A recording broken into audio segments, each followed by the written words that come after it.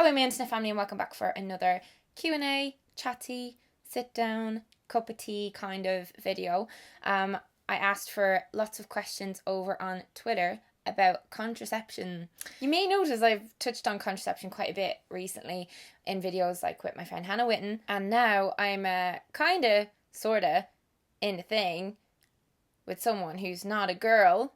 So I've been thinking a lot more about contraception recently. I don't want babies anytime soon, not for at least 4 or 5 more years, 5, 6, as many years as I can get away with. And I don't want STDs, well, ever. So I figured now is a good time to baby and STD proof myself and answer questions that you guys have, because many of you are in a very similar position to me. Obviously, I'm not a doctor, but I have gotten a doctor to help me to answer your questions, which I think is very helpful. You should always go see a doctor, obviously, because everyone's body is different. And I'm very grateful to have a really deadly sponsor to kick off this video, which is Natural Cycles, which is an app. My lipstick all coming off.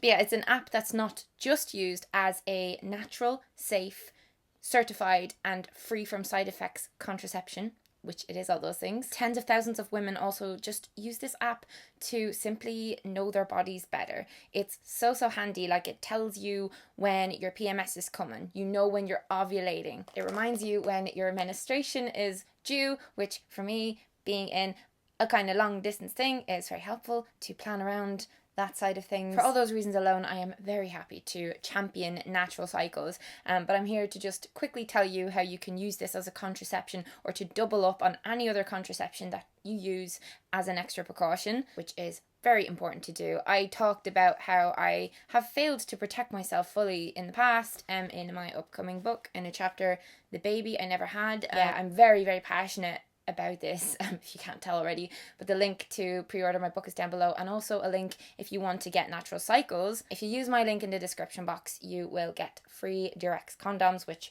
protect you against STIs. This app is only going to protect against pregnancy, obviously, but yeah, so what you do is you sign up for, it's like $65 for a year's membership, I believe. You get this little thermometer with it, and what you do simply, no! Hang on, I need to get cozy. My feet. Wait, I'm too low now. Pillow under the bum always works a charm. But yeah, just sit this on top of your phone beside your bed. It's not that hard. We all wake up and start going on our phone instantly. So if you have this on top of your phone, it makes it very handy to just remember. But you take your temperature under your tongue. The first thing in the morning, like when you wake up, you just hold it under, has all of the instructions in the little leaflet that comes with it. Then you take that number, you input it into your Natural Cycles app, and it will tell you if that day is a secure day. It will give you a green circle. Once you've been doing this for a while and the app knows your cycle, you won't get pregnant on these days. Then it'll give you a red circle on an insecure day, and it's advised then that you use a condom. These thermometers are super accurate. This is the world's first and only certified contraceptive app. This is a great contraception method, especially if you're in a relationship and you're consistent with it. Otherwise, just use it as a backup. So it'll give you peace of mind that, you know, you're having sex, and even if you have another contraceptive, that it's a green day and you're going to be less worried about it. It's so freeing. So I fully recommend that app if you just want to know your body a bit better and look after yourself a bit better. But I'm going to get into answering your questions now from Twitter. Lisa Nicole Gray asked me, how much does the coil hurt to have put in, and is it just as effective as other methods? I have considered getting the Marina coil, but I am terrified. It is as effective as other contraceptives offered by, you know, your doctor and stuff like that. However, none of them are 100%. That's something that we all have to like bear in mind. Hence why I'm promoting this as an extra. But with the coil, I'd love to know your experiences down below. I did ask about this on Twitter as well. But what the doctor says is that it's like a smear, except a bit more intense. So, you know, I struggled getting my first smear test because I have vaginismus. So whenever I'm getting anything artificial put inside there, hence why I don't use tampons, it just kind of freezes up and it just squeezes and clenches, and it's very difficult. So it took a couple of goes for me to actually calm down enough. And I did a lot of mental exercises to work myself up to being able to get the smear. But then the smear, when I got it, it was over like that. It was so quickly. And the doctor that I asked told me that the experiences for women differ. It can depend largely on your pain threshold and anxiety levels around stuff like that. So, for example, if you are one of those people who screams and freaks out when you get a needle, then you're going to build that up so much more than if, like, I can just go in and just get a needle now. It used to send me into a huge panic attack, but the procedure is supposed to last about 15 minutes, and you know, there are people who will say that the first time you get the coil in, it's more painful than the later times and stuff. It's all very individual. I think that's why I'm so scared, because there's no definitive you know, it's a 5 on the pain scale of 1 to 10. I don't know how difficult it would be for me, considering that it has to have something shoved up there and then keeping it open for ages. And the reason I've considered the Mirena IUD, there's also the copper one, but it's because it lasts such a long time. So for people who want to just get something and never think about it and be protected, it's a great option. With the pill and things like that, you have to remember to take it every single day, and condoms can split. Other contraceptives like the implant in your arm and the injection and the patch and stuff, they can have side effects as much as what the pill will have. The Mirena is localized hormones, so it's not actually going into your bloodstream, and then the copper one has no hormones. So yeah, I want to hear about your pain experiences down below, pretty please. I need some talking into this. Or asked, for a teenager who is definitely not likely to be getting any action anytime soon, would you still recommend pills for hormonal reasons? And I said this to the doctor, like, would she suggest putting someone on it just to look after their hormones if it's not a case of protecting against pregnancy and stuff, if it's not a case of trying to treat acne or whatever. And she said there's no point, because some people will go on a pill and it will change their hormones for the worse. It depends, like, most people have to kind of try a few different pills to find one that works for them. She also said that when you're a teenager, your hormones are going to be like this anyway, and a pill is not really an answer to kind of, you know, snap lockdown on any hormonal changes. Personal advice is I wouldn't, if you're not going on it for the reason that it's intended for. I just would avoid it. Francesca said, thoughts on girls being snarky because I have an IUD and they are all about no hormones methods. I think as women, we just need to support other women's choices and get off our high horses. Do you know what I mean? You know, obviously, great for you if you don't want to use hormones and stuff like that. Obviously, I'm championing this, but also I wouldn't try and sway or mock someone else for their choice to have something that has hormones in it. I don't think any of us have the authority to comment on what someone else does or doesn't do, especially in a snarky way. So my thoughts on that is, Sabrina said, I took the pill for a year to help with acne. Now I stopped and I have acne all over again, but don't want to take the pill. Any advice? I can give personal advice here because I've been in that situation. I was on a pill Dianet to clear up my acne when I was younger, and I had some really terrible side effects, including, you know, radical mood swings and a huge difference in my weight. I gained a lot of weight, and it did correlate with when I was on this pill. I know I was eating a lot more and all that kind of thing, but I think that they were definitely linked some way. On other pills, I gained weight coming off the pill, but on this one, I gained it when I went on it. Anyway, did help my skin, didn't help me overall, so it came off it, acne came back, and I then sought to get rid of acne naturally. I talked about all this in a YouTube video that I have on my channel if you go and find it, but I did summarize it in my book. So here is my clear skin checklist, and obviously it's filled out on a whole page, but I'll just give you the bullet points. What I did to get rid of the acne after it came back. So I drank a lot of water. I managed my stress. I tested for food intolerance because I found out I had intolerances to certain things that I was eating quite a lot. I ate the rainbow, so I ensured that my skin was getting all of the micronutrients that it needed. I avoided yo-yo dieting because this can spike and change your hormone levels massively. I avoided picking my spots because that would just cause more spots and cause marks on my face. I had really great hygiene, you know, changing pillowcases and all that stuff. I got a very solid skincare routine, and the main ingredient for me that really helped was salicylic acid. So using skincare products and also oil cleansing. So I'd double cleanse. I'd remove my makeup or first cleanse with an oil type cleanser or an oil like coconut oil, and then I would cleanse, and I would use serums and oils as well. And I was very consistent with my skincare routine, and then kept active as well, because that helps bring all the stuff to your face.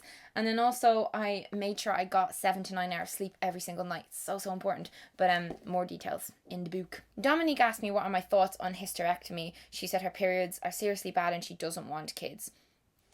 If you definitely don't want kids, I don't see any problem with a hysterectomy. Just be sure though, because I went through a phase where I was like, I'm not having kids, the world has too many children, I'm just going to adopt. And then my natural body stuff took over, and I've been broody since I was like, I don't know, 22 or something. I'm now going on 28, so it's getting bad, man. Missy Budelot said, what can you do if, regardless of what pill you take, you still have no libido? I don't know how to fix it, but I can't risk pregnancy. I would change contraceptive method, honestly. Like, I love having a very, very, very, very, very, very, very high libido, and the doctor confirmed for me that low libido is an issue for some women when they go on a pill, and it can be like a common-ish side effect, which sucks. So yeah, if I were you, I would change contraception. Absolutely, because the low libido isn't your fault if you're taking a pill and that's the cause of it. If you know that it's directly correlated with when you started going on the pill, you know, just make sure of that first. Char said, has your method of contraception ever given you any mental health relapses or triggered your mental health in any way? And I can just say from personal experience, and you know, the doctor said that this is definitely like a thing that happens quite a lot for people. But certain pills I was on, because I tried a lot of them, certain pills I was on massively correlated with changes in how I was feeling, anxious and depressed, and these things are listed in the list of side effects in the booklet, you know. So you always have to be very aware of that and note down these changes and stuff, because I just don't think any contraception is worth feeling and going trudging through your life feeling like that if you don't have to feel like that. I know people who don't want to come off the pill because they're so scared of, say, their acne coming back or something like that, but then they're waking up every day anxious and depressed. Obviously that doesn't happen for everyone. Some people have amazing experiences on the pill. But if that is happening, so to answer your question, that did happen to me, hence why I'm no longer on it. I'm not on it right now anyway.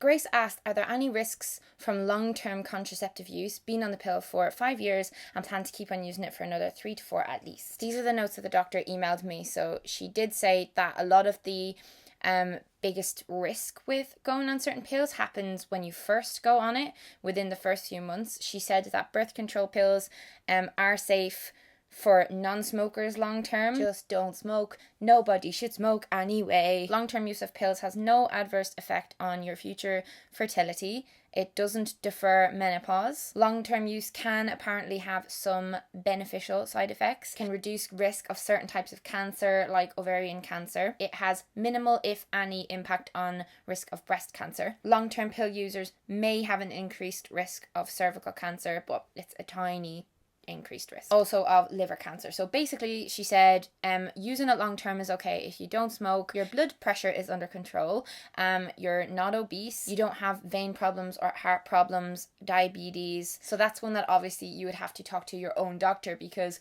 they would have to monitor your body and your health, you know what I mean? It's very individual. So it's very easy to say yes and no and stuff to these kinds of things, but I would just always recommend like being on top of your health. And this is one kind of positive thing.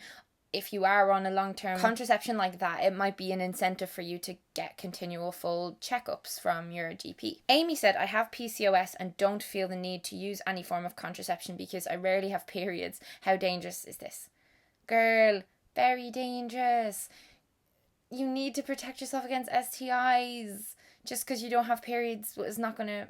Oh, the only time it is really safe to have sex without using a condom is if you know that the person has had a full STD screening, the blood tests and all the rest, like everything, that they're definitely completely clean, and that you trust them enough to know that they're not cheating on you or being with other people behind your back if it is a casual thing. It's so important to have those talks and stuff, but like otherwise you got to be using condoms, I'm afraid. But even still, if you have PCOS, I still would, for example, use something like natural cycles as a precaution. This one's interesting. So Megan said, do you think that if you're in a long-term relationship, the boy should be paying half for contraception, for example, if not using condoms?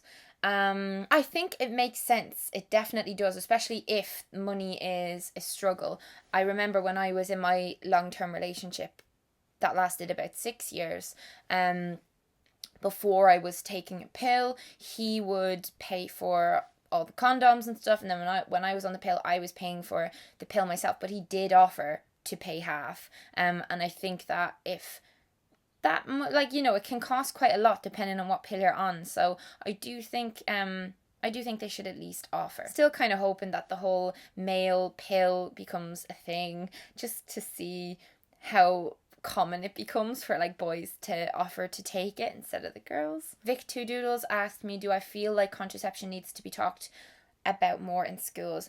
Absolutely. In school, I literally I don't ever remember a lesson taking me through all of the different options for contraception, or just for anything like menstrual health, vaginal health, all of these things I feel like massively need to be taught in schools. But contraception is a massive thing.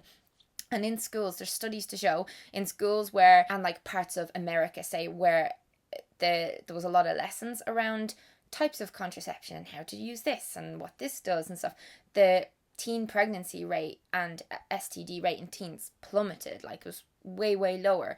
So yeah, like, my degree is in education and training, and I am hoping to kind of just build my name up enough on all these social platforms to kind of have a bit of an impact in Ireland in the education system. Going to an all-girls Catholic school and not having whole classes dedicated to contraception is like, Nat said, I'm struggling with the weight gain as a side effect of the pill whilst in recovery from an eating disorder. Any experiences / advice? Yes, I have a lot of experience there. Weight gain is a common side effect of going on the pill. A lot of it is water retention, and also our appetites and stuff does increase, and the hormone changes just can change how your body stores fat and stuff like that. And when you're recovering from an eating disorder, you are so hyper focused on your body and your weight and all of that kind of thing. Weighing myself made me feel worse. Putting myself under pressure to lose the weight quickly made it so much worse. So like, if I were you, just don't diet. Don't go on a diet. Don't weigh yourself every day. I'm assuming you're in eating disorder recovery, so you have access to like specialist therapists and stuff. Really talk to them about this, because they will give you a lot of individualized advice and tips to use when you feel your brain spiraling, you feel very out of control. And because having an eating disorder is so much about control in the first place, and you're trying to get rid of that, but then this sends you off into this whole thing where like you absolutely have no control over this weight and where it's going on your body.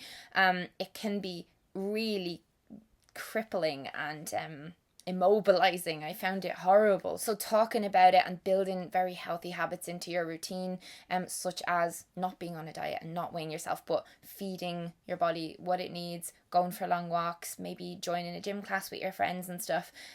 Please talk to your therapist about that. Jennifer said, does the pill really not work when you're on antibiotics? Let me get this email up from this doctor. Apparently, guidance has recently changed in this area to do with antibiotics and the pill. So very commonly prescribed antibiotics, such as, can't read that, amoxicillin and trimethoprim, whatever those are. So those kinds of ones are safe to take while you're on the pill without needing to use extra precautions and stuff. Certain antibiotics are not safe, so your doctor should tell you when they're prescribing it or whatever.